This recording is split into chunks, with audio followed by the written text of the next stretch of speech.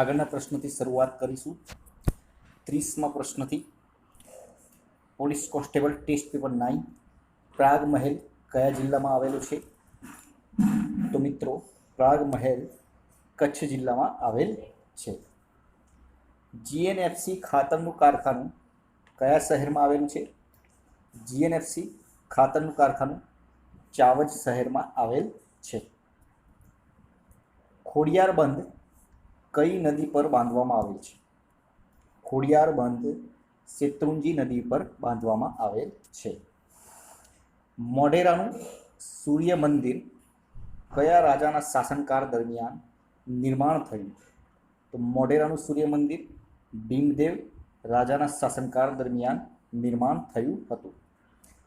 રોઝીબેટ બંદર કયા બંદર નજીક આવેલ છે?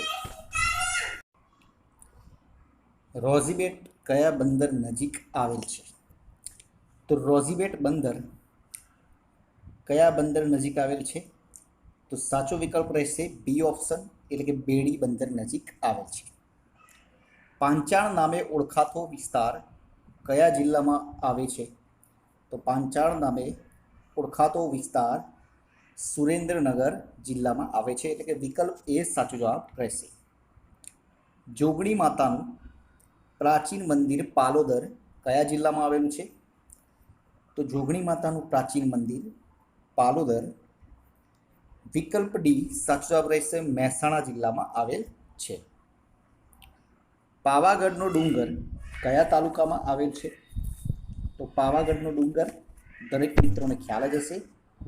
પાવાગઢનો ડુંગર વિકલ્પ એ હાલોલ તાલુકામાં આવેલ છે. મહીસાગર જિલ્લાને કયા જિલ્લાની સરહદ મળતી નથી? કયા જિલ્લાની સરહદ મળતી નથી?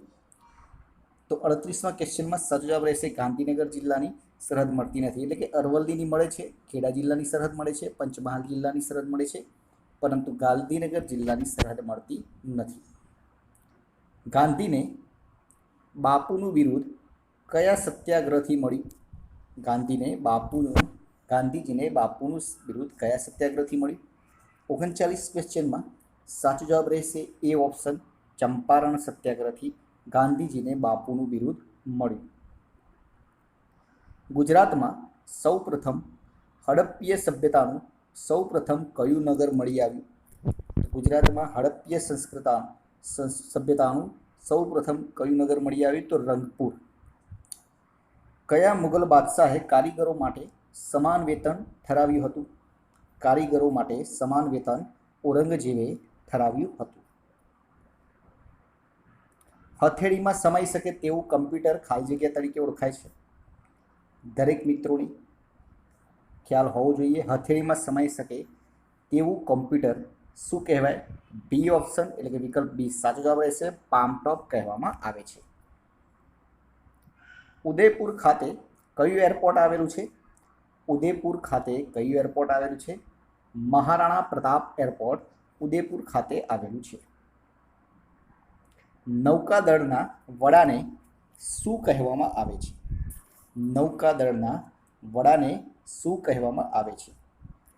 તો એડમિરલ કહેવામાં આવે છે, એટલે કે વિકલ્પ ડી સાચો જવાબ રહેશે. ભારતના કયા રાજ્યને ભૂતાન દેશની સરહદ સ્પર્શતી નથી? શું મિત્રો? નથી. તો સાચો જવાબ રહેશે વિકલ્પ એ મિઝોરમ, એટલે કે આસામની સરહદ સ્પર્શે છે, સિક્કિમની સરહદ સ્પર્શે છે, અરુણાચલ પ્રદેશની સરહદ સ્પર્શે છે, પણ મિઝોરમની સરહદ સ્પર્શતી નથી. એનઆઈડી સંસ્થા ક્યાં આવેલી છે? એનઆઈડી સંસ્થા ક્યાં આવેલી છે? સાચો જવાબ રહેશે વિકલ્પ બી, અમદાવાદમાં આવેલ છે. ગુજરાતમાં નાળિયેરનું વાવેતર ક્યાં સૌથી વધુ થાય છે? તો ગુજરાતમાં નાળિયેરનું વાવેતર સૌથી વધુ જૂનાગઢમાં થાય છે. ભગવદ ગોમંડલ કેટલા ભાગમાં લખાયેલો ગ્રંથ છે? ભગવદ ગોમંડલ કેટલા ભાગમાં? તો 9 ભાગમાં લખાયેલ ગ્રંથ છે. પતાઈ રાવણનો મહેલ ક્યાં આવેલો છે? પતાઈ રાવણનો મહેલ ચાંપાનેર ખાતે આવેલો છે. ભારતનું સૌપ્રથમ ખાનગી માલિકીનું બંદર કયું છે? સૌપ્રથમ ખાનગી માલિકીનું બંદર કયું છે? પીપાવાવ, એટલે કે વિકલ્પ એ સાચો જવાબ રહેશે. મસાલાના શહેર તરીકે કયું શહેર જાણીતું છે? મસાલાના શહેર તરીકે ઊંઝા શહેર જાણીતું છે. મહેસાણી, સુરતી, જાફરાબાદી શાની જાતો છે? દરેક મિત્રોને ખ્યાલ જ હશે. મહેસાણી, સુરતી, જાફરાબાદી આ બધી ભેંસની જાતો છે. ઓસમનો ડુંગર કયા જિલ્લામાં આવેલો છે? ઓસમનો ડુંગર રાજકોટ જિલ્લામાં આવેલો છે. અને મિત્રો, ગોળ ગધેડાનો મેળો કયા જિલ્લામાં ભરાય છે? આ પ્રશ્નનો જવાબ મિત્રો તમારે કોમેન્ટ બોક્સમાં જણાવવાનો છે. અને કેટલા પ્રશ્નો સાચા પડ્યા એ પણ કોમેન્ટ બોક્સમાં જરૂરથી જણાવો. વિડીયો પસંદ આવ્યો તો લાઈક કરજો, શેર કરજો, ચેનલને સબસ્ક્રાઈબ કરી દેજો, જેથી કરીને આવનાર દરેક વિડીયોની નોટિફિકેશન આપને સૌપ્રથમ મળી રહે અને આપની તૈયારીમાં વધારો થઈ શકે. કાલે ફરીથી નવા વિડીયો સાથે મળીશું. જય હિન્દ, જય ભારત.